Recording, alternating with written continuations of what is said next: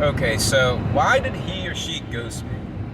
Well, if it's early in a relationship, it's just laziness. The person that you were dating is just too lazy to take the time to sit down and try to articulate the reasons why you're not right for them. And that means they're not a very good person.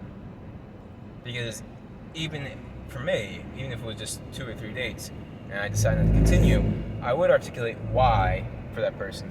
I'm not continuing it if they showed a lot of interest in me, because otherwise I'm ghosting them, and that's just terrible, rude behavior. You should never ghost someone.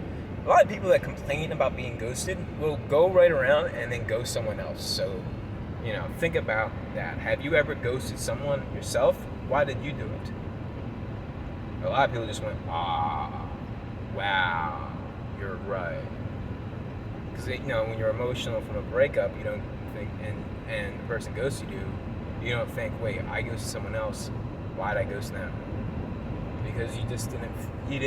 You either couldn't articulate the reasons, or you didn't want to put the energy in, the mental energy in, to be able to figure out what was causing the negative emotion. Like, a lot of people aren't emotionally intelligent. Okay, they lack the ability to understand their own emotions, understand where their emotions are coming from, and then to manage them. Most people are just emotionally illiterate. Illiterate means you can't read. So emotionally illiterate means you can't read your own emotions. Get it? Alright, well, if you never go to someone and you've been ghosted, well, that person, if it was a long-term relationship, there were red flags and you did not see them. Because someone who's otherwise psychologically sound ghosting you, there's either a real problem with them or a real problem with you. Maybe you would not have sat down and calmly listened to the reasons and had the ability to not cry and scream about it, and so they didn't want to go through that because you wouldn't have been able to say, okay, why are you breaking up with me? I just want to know why. And then just listen and then ask questions like, okay, so you have this negative emotion that's related to me, but you're not quite sure why you're feeling this negative emotion. You just have a bad feeling about me. Was it intuition of some sort, or do you just not? Are you not able to articulate your own feelings and emotions? Like, what's going on here? And chances are, 90% of the time, you would not have calmly listened, and they're too lazy to have to want to sit there and try to speak to you when they feel like you wouldn't have processed anything they said anyway and ignored everything they said about why they weren't happy with the relationship, which means you didn't have an open line of communication in the relationship where both of you felt comfortable relating to the other person about issues. If you never had the we need to talk conversation in a relationship, then you don't know how to communicate in a relationship, because that is going to occur a lot in a long-term relationship. You're going to have the we need to talk.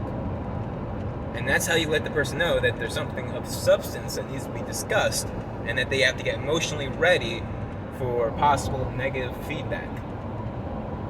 That's something you need to establish in your relationships from the beginning, is say, listen, when you have a problem, here are my boundaries. And if you don't know what your boundaries are, that's another reason you got ghosted. You didn't have boundaries and didn't have an open line of communication. Boundaries? Okay, here we go. Boundary number 1, I don't do yelling or screaming, and I don't do passive aggression. Alright? I don't play those games. If there's a problem, you say, we need to talk.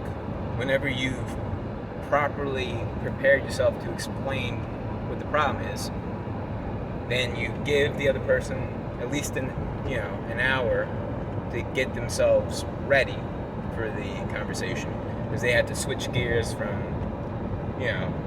whatever emotional state that we're in to being ready for negative feedback or for an important discussion of some sort. And you can even let the person know, hey, this is a positive discussion, a neutral discussion, or it's a negative. There's a problem that needs to be discussed. You can do that as well. And That way the person knows. If it's like not negative feedback, you can just let them know like we need to talk, but it's nothing negative or bad, and there's no problems, no major problems that need to be addressed, but we still need to talk about something important. And then, they know it's not something, they didn't do anything wrong, but there's something that is of great consequence that needs to be discussed. Anytime you are going to discuss something that's very important to you, you need to do that. Now, obviously, you don't do it every single day, then it loses its potency, but you do it, let's say once a month, twice a month, 3 times a month, depending on how good or bad the relationship is and how good or bad your relationship skills are, and how early it is in the relationship or how late. It'll vary person to person, but it should be no more than once a week that we need to talk conversation. If it's more than once a week that you need to have a serious talk, well, maybe if it's the same problem, you're coming back to it, and you just need to come back to it and have several discussions about it to resolve it. That'll happen from time to time.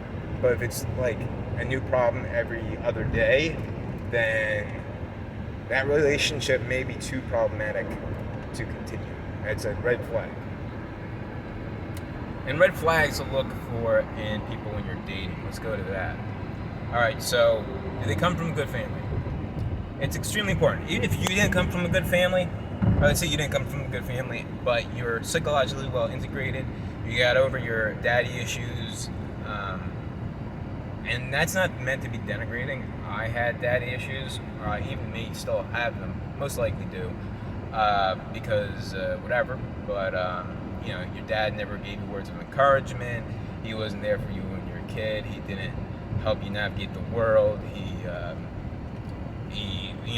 divorced your mom when you were 5, or whatever the case may be. If your father isn't someone you can say I love you to, and you can't sit down and say, we need to talk, that it's about something important. If you don't have that relationship with your father and your mother, then you have a lot of stuff you need to sort out in your head. If you're not able to have an open line of communication with both parents, and hopefully as well numerous valued friends, it's impossible to be psychologically stable until you've sorted out what the reasons were for the fact that your mom or dad weren't present or aren't present for you. And if you don't have any friends that you feel like you can talk about very important issues with, and who will listen, who actually want the best for you and will give you advice, and will celebrate with you when a good thing happens to you, and will share in your sorrow when a bad thing happens to you, then you need to go and get some friends. All right, you stop staying at home and watching Netflix and TikTok and binge watching shows and binge eating junk food. Go out and go to church, or go to join an adult basketball league, or do jiu-jitsu, or volunteer for Habitat for Humanity, or join a group that shares your interests in some way or another, whatever you're passionate about. It could be anime, I don't care. Just find a local or even a distant group. Maybe you have to drive an hour to find like a group to do magic cards with, even just anything. Go out there, find people that are interested, share your interests, and you don't have to be aggressive about it, but say like, hey, you seem like a cool person, we should hang out. What's your Snapchat, or what's your Facebook, whatever. Like, if you feel like they like you and they're not just being nice, and you've seen them a couple times at a couple events and you really hit it off, it's okay to ask. And some people won't want to be your friends. Some people are very introverted and don't like to open up lines of communication with more than their little group of friends they already have, and they don't want to make any new friends. So don't feel rejected when someone turns you down for friendship. A lot of people are don't have their friendships together, so they're entirely dependent on their romantic relationships for psychological stability, which makes them very psychologically unstable. If you don't have any good friends that you love and trust, and you're always looking for a relationship, and you always want to be in a relationship, then you're codependent, and no one wants to be with someone who they serve as the entire pillar of your psychological health. That is too much pressure. Okay, end the video. It's 10 minutes long. Next video coming up.